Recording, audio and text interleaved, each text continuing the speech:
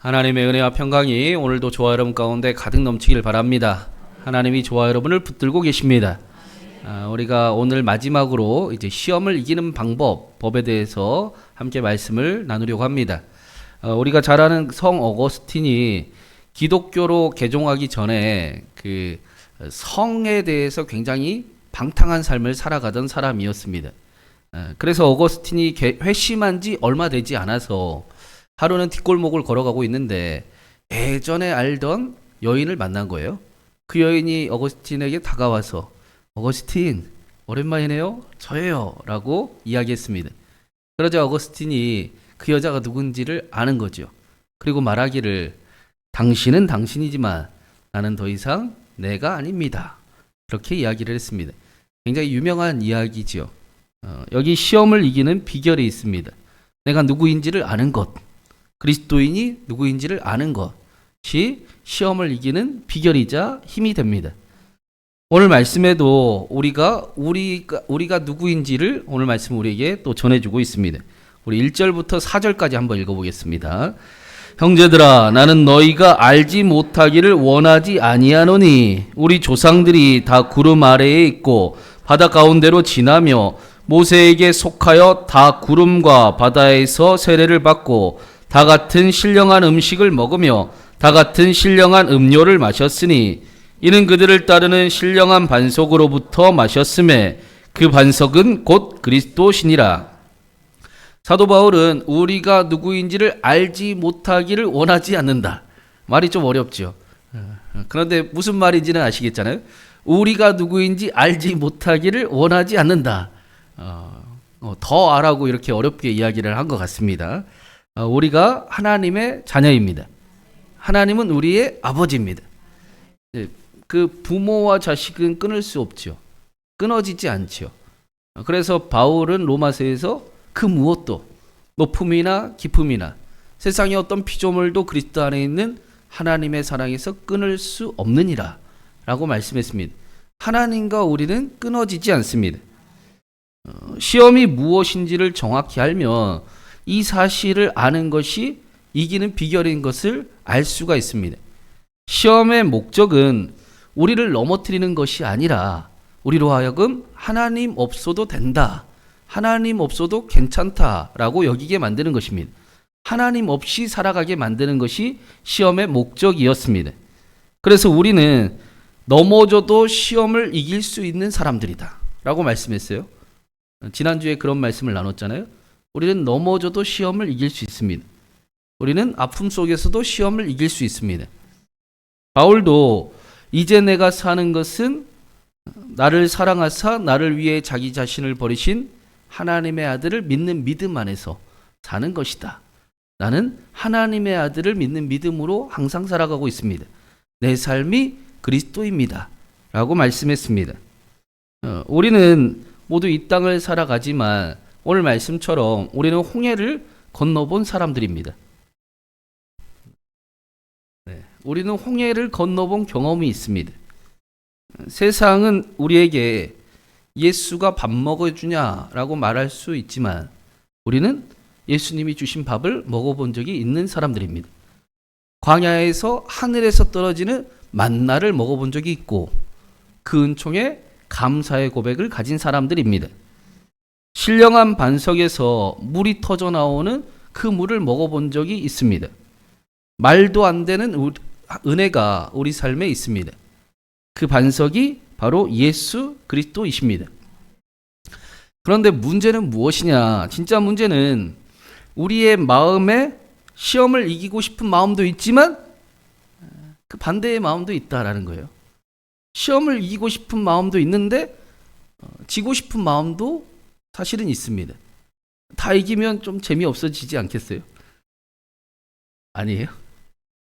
다 이겨버리면 재미없어질 것 같은 마음도 있고 또 사실은 알지만 넘어질 때도 있습니다. 쥐약인 줄 아는데 쥐약이 좋습니다. 여러분 쥐약이 뭘로 만드는지 아세요? 쥐약은 땅콩과 버터와 쥐가 너무나 좋아하는 달콤한 곡물들을 99% 섞습니다. 그리고 1% 독국물을 첨가하면 그게 쥐약이 됩니다. 그래서 쥐는 쥐약인 줄 모르고 너무 달콤하기 때문에 자기가 너무 좋아하는 것이 거기 다 들어있기 때문에 그것을 먹고 죽습니다. 말도 안 되게 다가오는 것은 유혹이 아닙니다. 그런 거는 유혹이 될 수 없습니다. 너무 달콤하고 너무 그럴싸하고 너무 하고 싶고 너무 나를 위한 일 같이 여기는 것이 바로 시험입니다. 어떤 사람이 다이어트 하려고 냉장고에다가 써붙여 놨습니다. 야식은 독이다. 그리고 저녁 때가 왔어요. 조금은 괜찮겠지. 맛있으면 0칼로리. 몰라서 먹는 게 아니라 알면서도 먹는 겁니다. 그래서 시험은 항상 우리에게 이렇게 오지요. 이 정도는 괜찮겠지.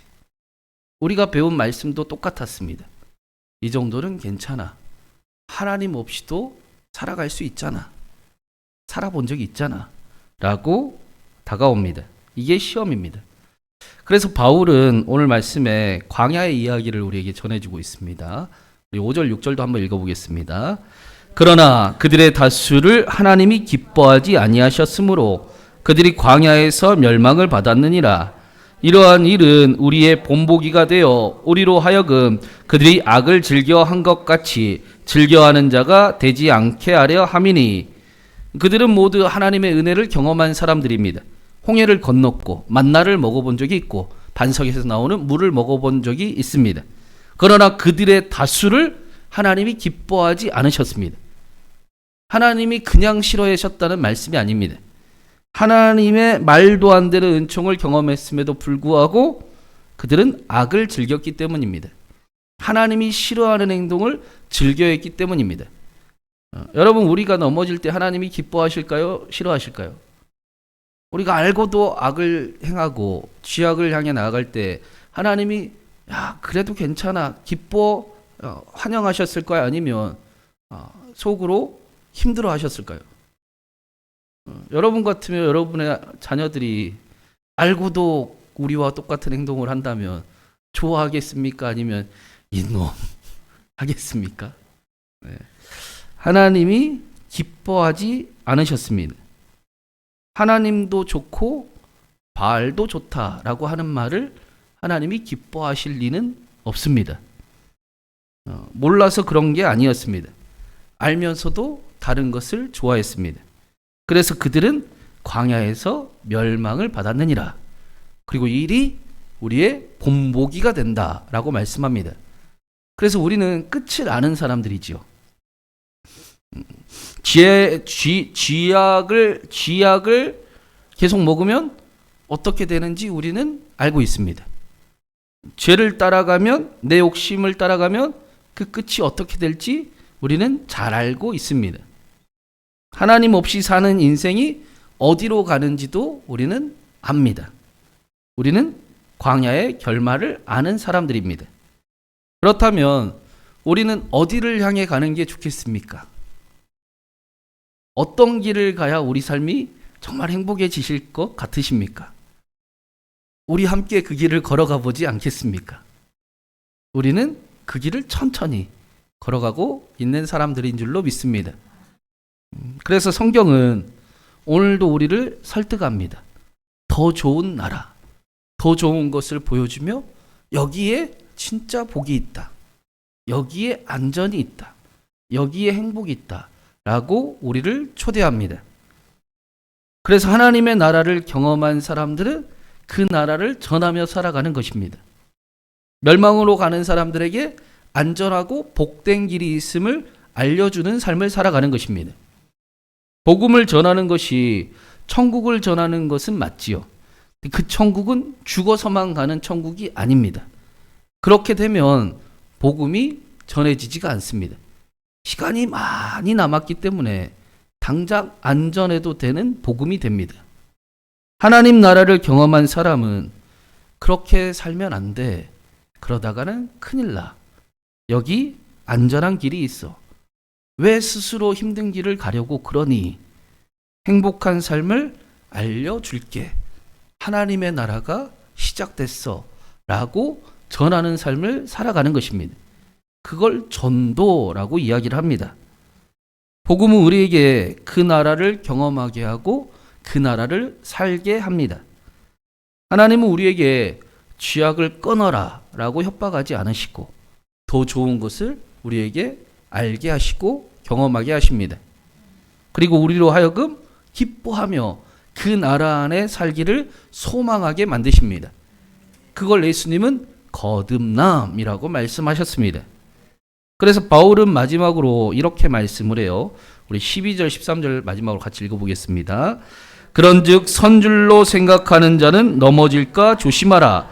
사람이 감당할 시험 밖에는 너희가 당한 것이 없나니 오직 하나님은 미쁘사 너희가 감당하지 못할 시험 당함을 허락하지 아니하시고 시험 당할 즈음에 길을 내사 너희로 능히 감당하게 하시느니라.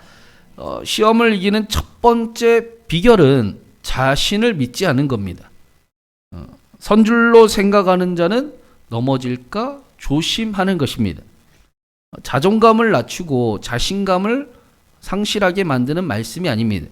오히려 자존감을 높여주는 말씀입니다. 나는 똑바로 서기 힘들지만 하나님은 하실 수 있기 때문입니다. 그 사실을 날마다 꼭 붙들라라는 것입니다. 언제나 하나님과 함께 사는 삶을 살아가라라는 것입니다. 시험의 목적이 하나님을 잃어버리게 만드는 것이듯 시험을 이기는 비결이 하나님과 함께하는 삶이기 때문입니다. 그래서 우리는 약해도 승리할 수 있습니다. 넘어져도 승리할 수 있습니다. 하나님은 미쁘십니다. 미쁘시다라는 단어가 믿어도 된다라는 거예요. 믿을 만한 한 분이시다. 여러분, 하나님은 믿을 만한 분이십니다. 우리를 돕기에 부족함이 없으신 분이십니다. 사람이 감당할 시험 밖에는 허락하지 않으시고 또 시험 당할 즈음에는 또 피할 길을 내시고 또 그 일을 능히 감당하게 하시는 하나님이십니다. 시험을 없애주시는 게 아닙니다. 하나님과 함께 시험을 감당하게 하시는 것입니다. 피할 길을 내어주시는 것입니다. 시험에는 항상 그래서 피할 길이 있습니다. 우리는 피할 수 있습니다. 슉 피해 가시기 바랍니다. 네. 오늘 말씀을 붙들고 슉 피해가는 은혜가 저와 여러분에게 함께하기를 간절히 바랍니다. 달마다 새벽 때도 함께 나눴는데 오늘 말씀하고 잘 어울리는 것 같아요. 한 아이가 엄마 무릎 옆에서 이렇게 누워 있었다고 하잖아요. 그래서 어머니가 거기서 이렇게 자수를 하고 있었습니다. 아이가 보니까 밑에서 보니까 엉터리예요. 색깔도 안 맞고 뭐 모양이 이상합니다. 밑에서 보니까 뭐 엉터리 가지고 어머니한테 엄마는 뭘 그렇게 엉터리로 자수를 해요? 라고 이야기를 했습니다. 그러자 엄마가 아이를 무릎에 앉히고 앞면을 보여줬습니다. 그랬더니 아름다운 꽃밭이 있는 겁니다. 그리고 이야기하기를 애야 밑에서 보면 엉망인 것 같지만 위에서 보면 다 계획이 있단다. 밑에서 보면 엉망인 것 같지만 밑에서 보면 다 계획이 있습니다. 우리의 시험도 그렇습니다. 그래서 우리에게 필요한 것은 우리가 하나님의 자녀가 확실하다. 하나님이 내 아버지시다. 라는 사실을 분명히 기억하는 것입니다. 시험을 이기는 사람은 강한 사람이 아닙니다. 자신이 누구인지를 아는 사람입니다. 사랑하는 여러분, 시험이 올 때마다 어거스틴처럼 당신은 당신이지만 나는 더 이상 내가 아닙니다. 라고 말할 수 있는 저와 여러분이 되기를 간절히 바랍니다. 우리가 하나님의 자녀입니다. 우리는 넘어지지만 하나님은 넘어지지 않습니다. 밑에서 보면 엉망인 것 같지만 위에서 보면 다 계획이 있습니다. 시험을 이기는 사람은 강한 사람이 아니라 자신이 누구인지를 기억하는 사람입니다. 하나님과 함께 시험을 이길 뿐 아니라 가장 복된 길, 가장 안전한 길, 가장 행복한 삶을 살아가는 저와 여러분이 되기를 간절히 바랍니다. 그래서 사랑하는 이들에게, 사랑하는 사람들, 자녀들에게 예수님이 우리에게 초대하신 것처럼 하나님 나라로 그들을 초대하는 삶을 살아가는, 그 길을 알려주고 인도하는 삶을 살아가는 저와 여러분 되기를 주님의 이름으로 축원합니다.